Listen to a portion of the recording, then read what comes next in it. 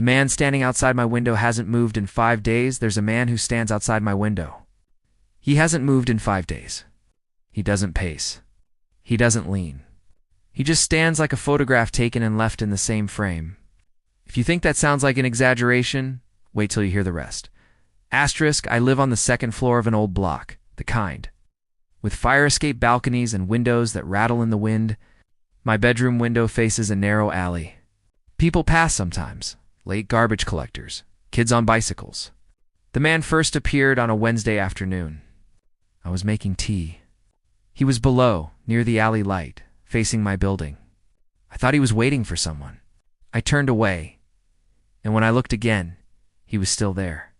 The next day, he was there. The day after, he was still there.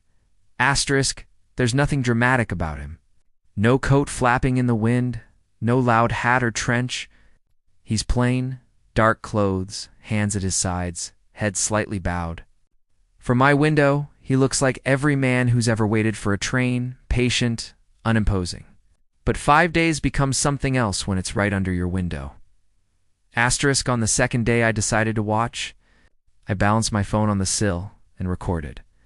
A stupid, shaky decision, but I wanted proof for myself, a rational file to show a friend if it got worse. Hours passed. He didn't move. People walked past, glanced, and moved on. A delivery guy bumped a trash bin, and the man didn't flinch.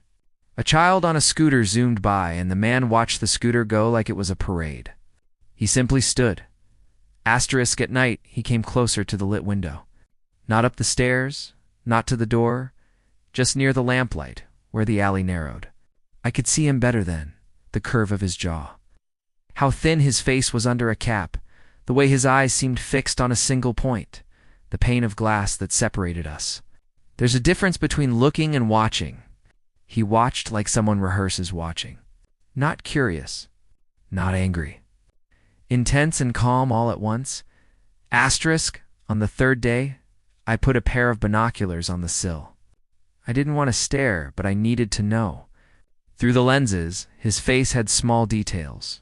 A nick on his left cheek. A faint tremor in his left hand.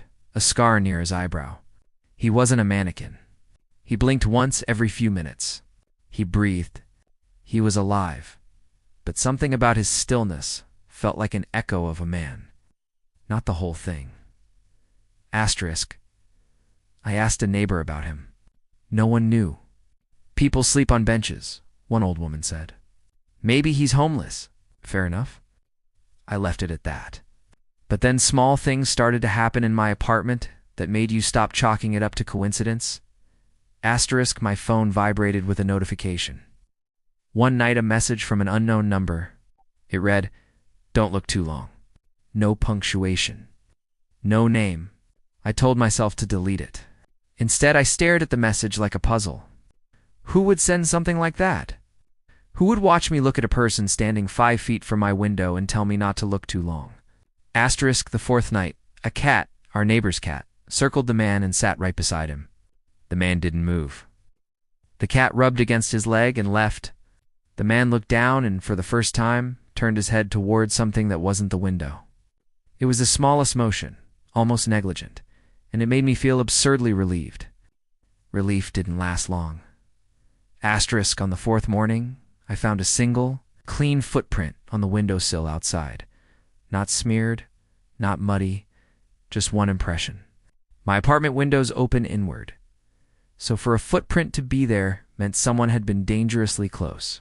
I called the landlord. He shrugged and said, "Kids messing about." Asterisk. I wanted to believe him. Asterisk, people started to notice. A delivery man told me, "I've seen that guy for 3 days. He just stands." A woman walking her dog said, "He looked at me like he was waiting for a bus that never came." But the more people mentioned it, the less they seemed to worry. The city has its own tolerance for oddities. Asterisk, I set up more cameras inside. Outside, stupidly obvious webcams aimed at the alley. I wanted to catch movement. Anything. For 2 nights, the footage looked like a time-lapse of stillness. Then on the third night of recording, I rewound the footage and found a gap. Exactly between 2:11 a.m. and 2:12 a.m. The video feed showed static like it had been interrupted, and when it resumed, the man was a foot closer to the window. I watched the playback frame by frame. Nothing on camera explained the shift. Asterisk, I started sleeping badly. The man's shadow fell across my ceiling at strange hours. I dreamt of hands at the glass.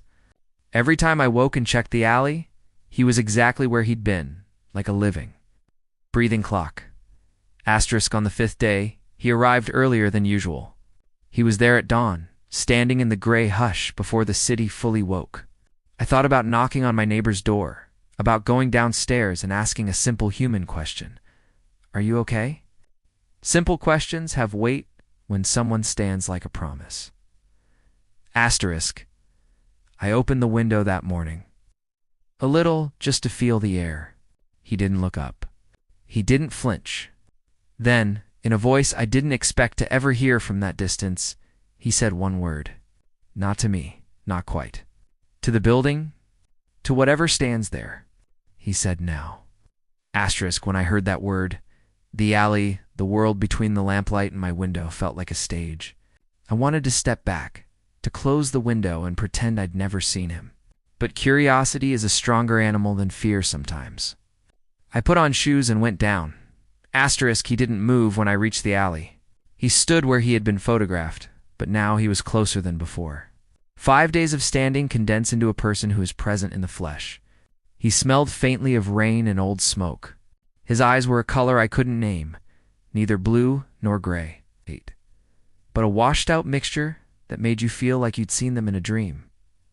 Asterisk, I asked him, are you all right? My voice sounded loud in the narrow space. He didn't answer. He tilted his head slightly, and then he did the thing that made my skin crawl in a way nothing else had. He raised his hand and pointed, not at me, but at my window. The gesture was slow, almost ceremonial, like someone indicating the final line of a poem. Asterisk, why are you here? I asked, no reply. Do you need help? Nothing. The alley felt full of faces from windows above, of people whose blinds were drawn but whose eyes watched. Then, from the man's mouth, a half-breath, a small sound, and a movement that looked like speech but produced no words. He mouthed my name.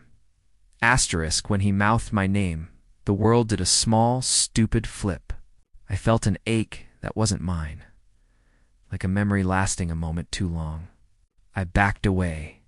The people in the windows above returned to their lives. Someone laughed at a TV in an upper floor. The man remained unblinking, and then, before I could decide to run, he turned and walked, not away from the building, but into the shadow between two trash bins, where his form folded into the darkness and simply stopped existing. Asterisk, I thought it was over. I told myself it was over. For a few hours the alley was empty, the footprint on the sill, a riddle I could tuck away in my pocket. I went home, switched on every light, and tried to sleep. Around midnight, the lights in the building flickered, a weak city thing, and from the alley came a sound like someone tapping a spoon on glass. A rhythm, once, twice, 3 times. The same rhythm I'd heard in my camera recording. It formed a pattern one later learned to hate. Tap, pause, tap. Asterisk, I played the recording back.